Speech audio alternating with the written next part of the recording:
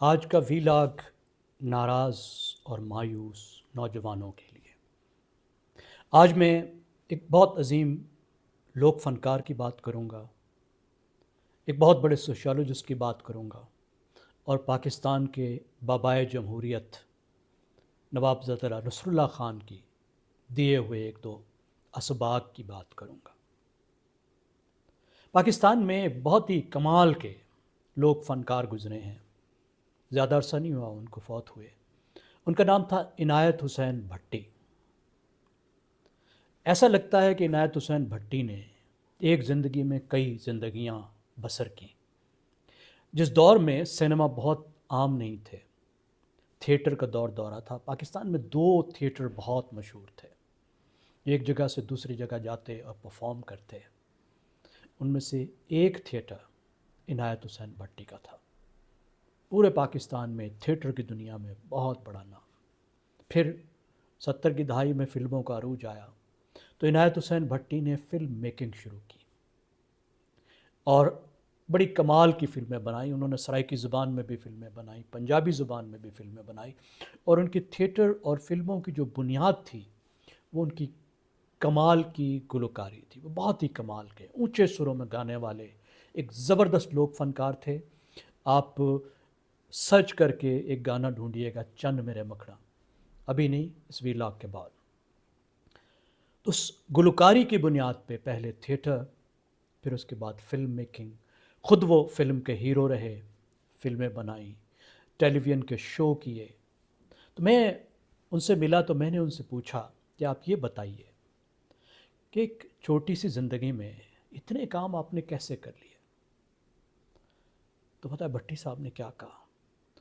انہوں نے کہا، خان صاحب کوشش کردا ساں، فیل ہو جاندہ ساں تو کچھ اور کام کر لیندہ ساں۔ یعنی ہمارے حساب سے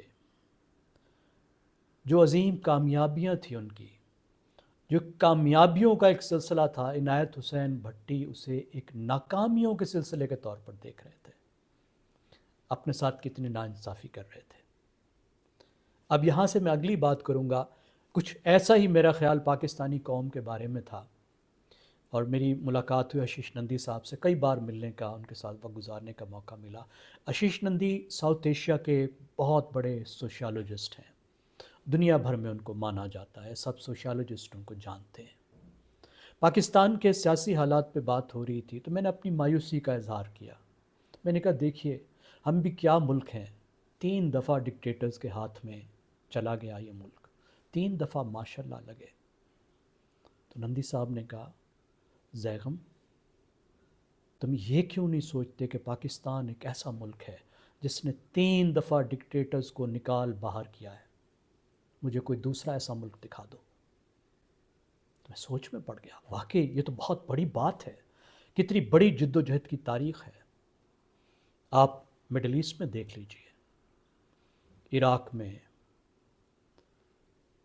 سیریا میں، لیبیا میں، موراکو میں، حالیہ تاریخ میں جو ریولوشن آئے ہیں، جو عرب سپرنگ آئے، اس کی ناکامی کو دیکھ لیجئے۔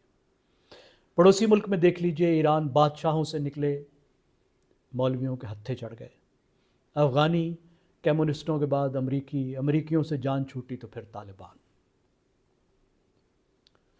آخر میں بابائے جمہوریت نواب زادہ نصر اللہ خان کی بات۔ دیکھیے، نصر اللہ خان سے سہیل وڑائچ صاحب نے ایک انٹرویو کیا تھا، جو اپنے انداز میں وہ کیا کرتے ہیں ایک دن جیو کے ساتھ میں، تو انہوں نے 2-3 باتیں بہت کام کی بتائیں، جو ان کے لیسنز تھے ہم سب کے لیے۔ پہلی بات تو انہوں نے کہی کہ امید کا دامن کبھی نہیں چھوڑنا۔ دیکھیے سوال کیا تھا اور اس کا جواب کیا تھا۔ آپ اس سے مایوس نہیں ہوتے کہ بار بار ماشاءاللہ لگ جاتا ہے؟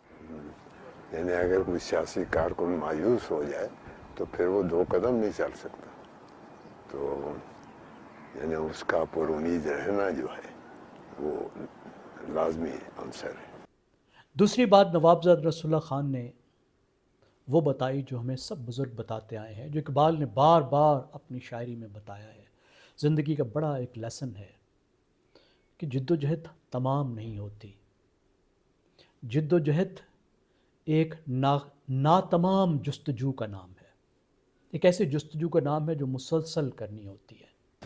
یعنی وہ نہ تو اگر کوشش کامیاب ہو جائے تو پھر تو قصہ صاف ہو گیا، اس کے بعد آئندہ جدوجہد کے بعد، لیکن اگر ناتمام رہتی ہے تو مسلسل وہ جدوجہد کا ایک سلسلہ وہ جاری رہتا ہے۔ ایک اور بات انہوں نے کیا بتائی، اس بات کو تو سننے کی بہت ہی ضرورت ہے، وہ یہ کہ دریچے بند نہیں کرنے ہیں۔ سنیے۔ دیکھیے، میں نے ہمیشہ اپنی سیاسی زندگی میں یعنی مختلف سیاسی مکتب فکر جو موجود ہیں ہمارے ملک میں، ان سب کے ساتھ رابطے کا روابط جو ہیں وہ قائم رکھے۔ اگر آپ دریچے بند کر دیں تو ظاہر ہے کہ اس کے بعد روشنی بھی نہیں آئے گی، تازہ ہوا بھی نہیں آئے گی۔ اب دریچے بند نہ کرنے کا مطلب کیا ہے؟ دیکھیے، جو پروسیس آف ڈائلاگ ہے یہ جاری رہنا چاہیے سب کے ساتھ ہر وقت۔ اور ڈائلاگ کا کیا مطلب ہوتا ہے؟ آپ ڈائلاگ اور ڈیبیٹ میں فرق کریں۔ ڈائلاگ کا مطلب ہے دوسرے کی بات سنیں کنونس ہوئے بغیر، ہوتے ہیں تو ہوں، نہیں ہوتے تو نہ ہوں، اپنی رائے دیجئے دوسرے کو کنونس کرنے کی کوشش کیے بغیر، یہ ڈائلاگ کا نام ہے۔ ڈیبیٹ جب ہم کرتے ہیں تو دوسرے کو کنونس کرنے کی، اس کی رائے کو بدلنے کی کوشش کرتے ہیں۔ پاکستانی معاشرے کو ڈیبیٹ سے زیادہ ڈائلاگ کی ضرورت ہے، ایک دوسرے کو سننے کی ضرورت ہے۔ اور آخری سبق، کیونکہ میں آپ سے کہہ رہا ہوں، لیڈروں سے مخاطب نہیں ہوں، یہ آپ لیڈروں کو بتائیے۔ میں نے ہمیشہ اپنی لڑائی خود لڑی ہے، کبھی فوج کو دعوت نہیں دی، کبھی کسی غیر ملکی طاقت کے ساتھ رابطہ قائم نہیں کیا۔ بے سر و سامانی کے عالم میں اپنے طور پر ہم جدوجہد کرتے چلے گئے۔ کہ اپنی جنگیں خود لڑنا سیکھو، اور جب تک تم اپنی جنگیں خود نہیں لڑو گے، خود بھی مرو گے، ہمیں بھی مرواتے رہو گے۔ اگر آپ کو آج کا ویلاگ پسند آیا ہے تو اس چینل کو ضرور سبسکرائب کریں اور بیل آئیکن کو پریس کریں تاکہ نئی آنے والی ویڈیو کو آپ دیکھ سکیں، اور نیچے اسپیس میں اپنی رائے کا بھی اظہار کریں۔